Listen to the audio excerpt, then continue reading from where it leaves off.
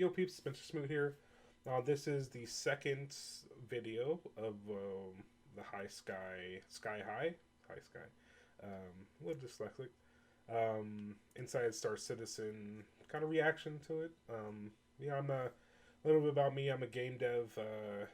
I graduated from college almost, 2 years ago now? It's 2019, so yeah. And I love Star Citizen. I think it's a great game. I've been gone for a little bit, just kind of taking some time off, like because I just a lot of stuff going on. It's 2020, and then I'm just trying to get back into it. I started making a video game too, so it's kind of just like a when I can fit these in, I'm gonna fit them in. But I just like this stuff, so I just got done with the first one, and it was about Orison and how cool it looks. Probably said it looks amazing probably 20 times or something. Just felt like I was saying that over. Now we're going to do vehicle degradation. So here we go. And yeah, here we go. Continues its journey from tropospheric dream to persistent universe reality. But up next, from teams leaving their marks on the universe to the universe leaving its marks on our ships, systemic vehicle visual degradation has been in the sights of our developers for a while now, and the first major steps in delivering a world of wear, dirt, and car washes is currently underway. We want our ships to feel like So, how important is this feature? Like, is it important enough for pushing off other features, right, or pushing off ships or whatever, right? First, I think it is. Like Star Citizen's all about the detail, and they really want you to feel like you are living in this world, right? Eventually, I want to do a video about the magic circle and how players kind of game designers create a magic circle, right? And gamers like kind of voluntarily go into that magic circle, and it's kind of immersion, but it's also playing by the rules and stuff like that. It's a video game theory or thing. So practice. So with this, like, it's important because if you look at Star Citizen as a whole, like Star Citizen, it wants you to be a citizen. Like it wants like the game design. All the game design is just about you feeling like you're in this world. You're not some hero person. You're not some CEO of this big corporation company thing. Like you can do what you want, right? Eventually you can be, but you have to work up, right? Or buy, but that's another discussion. But like vehicle degradation and making a vehicle look like it's been through some stuff, it helps create a understanding of it can kind of show the history of how you've been playing, right? Like if you're kind of reckless, you're gonna have your ship messed up, right? Then there's some people that are gonna be working on their ship all the time and making sure everything's fine. Like it's part of it's helping going into the magic circle. And my thing it's just so cool. Like this stuff, it's so cool because they don't have to do this. Like this is not like the game. They can go on and just make other stuff, right? They can go on and say, hey, like for these computer scientists and these designers and these artists, I want you to make this instead, and the game could theoretically come out faster. But like it's just such an important part because it just makes it feel real, right? It makes it feel like it, because it's just like one of the biggest issues that I had with Elite Dangerous was that like the difference between my ship and the other ship is just the hard points, right? It's nothing else, right? But like people want that Star Wars, Millennium Falcon. I can't remember anything. Millennium Falcon feel, right? They want their ship to like, I gotta bang on this, and like we're barely making it out in the verse, but like we're making it, and we're doing it our way, right? People want that, and Star Citizen is trying to provide that, 100%. So that's my little talk, and but yeah, Grounded in the universe, that the universe leaves its mark on our ships, and that where you've been tells a tale on your ship. When you've used your ship and you've taken it down to a planet, or you've flown through an asteroid belt, or whatever it is that you've done in your ship, we want you to be able to, the next time you come to your landing pad and you see your ship, be able to go, yeah, it looks like this because of something I've done. So right now we're working on our first version of visual degradation for the vehicles. There's lots of things that we want to explore with this feature, and right now we're kind of looking into what wear really means across the board. A lot of our assets in game already do wear and do get dirty. We want the ships to look like they've aged. To get to that end frame, we need to break that down into different elements, like dirt, which is the build-up. There's kind of two concepts of dirt that we're throwing around. There's the environmental build-up, which we already have in terms of our characters and the snow biomes, and you go and fly into a muddy swamp, you'd expect there to be mud on your landing gear. But there's also the kind of concept of dirt, which I think you already see in a lot of our wear maps, is the build-up of grime, and it's an additive process. It's layers that are being built on top of whatever the ship came like out of the factory.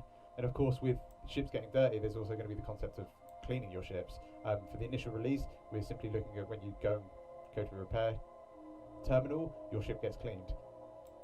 Yeah, like this is why I love game design, because game designers like just have to think about the weirder stuff, right? Like it's like if you design furniture, you examine the body, right? You look at like the anatomy. You say, okay, cool. Like a chair is a chair, right? The chair can look way different or whatever. Like I love game design because I have to just kind of like do research on random stuff like dirt. I like how many pictures of dirty stuff did they look at, right? Like, and then having the concepts of two different forms of dirt, right? Like, and it's and it's just funny. Like it's funny, but like, it's part of the game, and it's part of the design experience, and it's so cool. It's one of my favorite things about it is like you just have to think about crazy stuff, right? And yeah, so it's so fun though. And then which is more of the subtractive, if you will, so we're taking things away. It's the paint fade that you get if you leave your car out in the sun. It's the scratches, it's the lacquer peeling, the layers being peeled away as you rub up against something, or as you go through atmosphere, or whatever we decide will be the kind of controlling element. And I expect there'll be lots of controlling elements. The first version of vehicle degradation is cosmetic only, so to get that, what we're looking at is thinking about it in two levels. The macro, where we're looking at the ship as a whole, and we're masking it and doing a curvature bake so that we can tell the engine which areas are exposed to the elements, if you will, and those are the areas that will start to see the wear first as the ship ages. Taking it down to more of a macro level, we're looking at the textures that describe the panels that make up the exterior of the ship, and we're thinking of the panels, the panel lines, the edges. They're the bits that are going to be slightly more prominent, and in these areas, that's where the wear will come in. Well, a question I have about it too is like, is this shader magic or is this texture? He said textures, but I just wonder because textures wise, like artists have to do it, right? Like in shaders, not necessarily, but I'm just gonna broad statement of how artists have to do it. Like, but shaders you can kind of program into like making so they are like a little bit AI. Like it's not, or you can make a AI outside of shaders and kind of like tweaks a lot of stuff. And it's probably a little bit of both. It's just interesting to see like this like it's just interesting to see like how they're going about it, because it's a big problem. Like it's a huge thing of like, how are we going to make ships look like they've been through some stuff, right? And you know, and it needs to kind of look unique, because you don't want it to just kind of look the same all the time.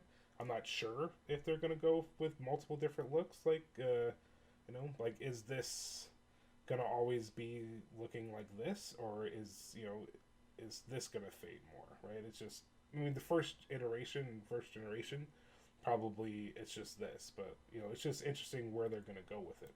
There's other things that we need to consider as well when we're looking at the wear. We need to establish really exactly what wear means versus dirt, versus damage, versus aging. They're separate systems and separate features that we want to be able to support. So when they come together, we get this really kind of beautiful, consistent, visually appealing end product. We need to look at how our materials, or how our paints scratch, and how different brands would coat their paints to allow them to scratch and behave differently. If you take some of our kind of like our high-end ship manufacturers, you'd expect them to be using much more expensive materials in their manufacturing, and how they wear is going to be very different to how some of our lower-end manufacturers kind of build their ships, and how their materials wear. And one of the things too is that they have to look at is, once engineering comes out, and once ship stuff, or ship repair comes out, they have to visually show what needs to be repaired, right? So that's another thing they're thinking about, of like, what do they really need to like repair, and what is going to be engineering versus kind of just maintenance wise, right? Like, or not maintenance, but like getting a ship wash versus like, I need to get a tune up, right? And it just, like, he talked about damage and stuff, and it's just an interesting problem to solve as a designer. It's just so big too. There's so much. So once we've released this initial version of visual degradation, there's still a lot of work to be done in to get us to where we want to be. Going forward, we're taking this and we're doing it on a limited number of ships to start with, because we want to dial in what these values are and how they behave, and just verify everything's working as we should, and then we get the pipeline established.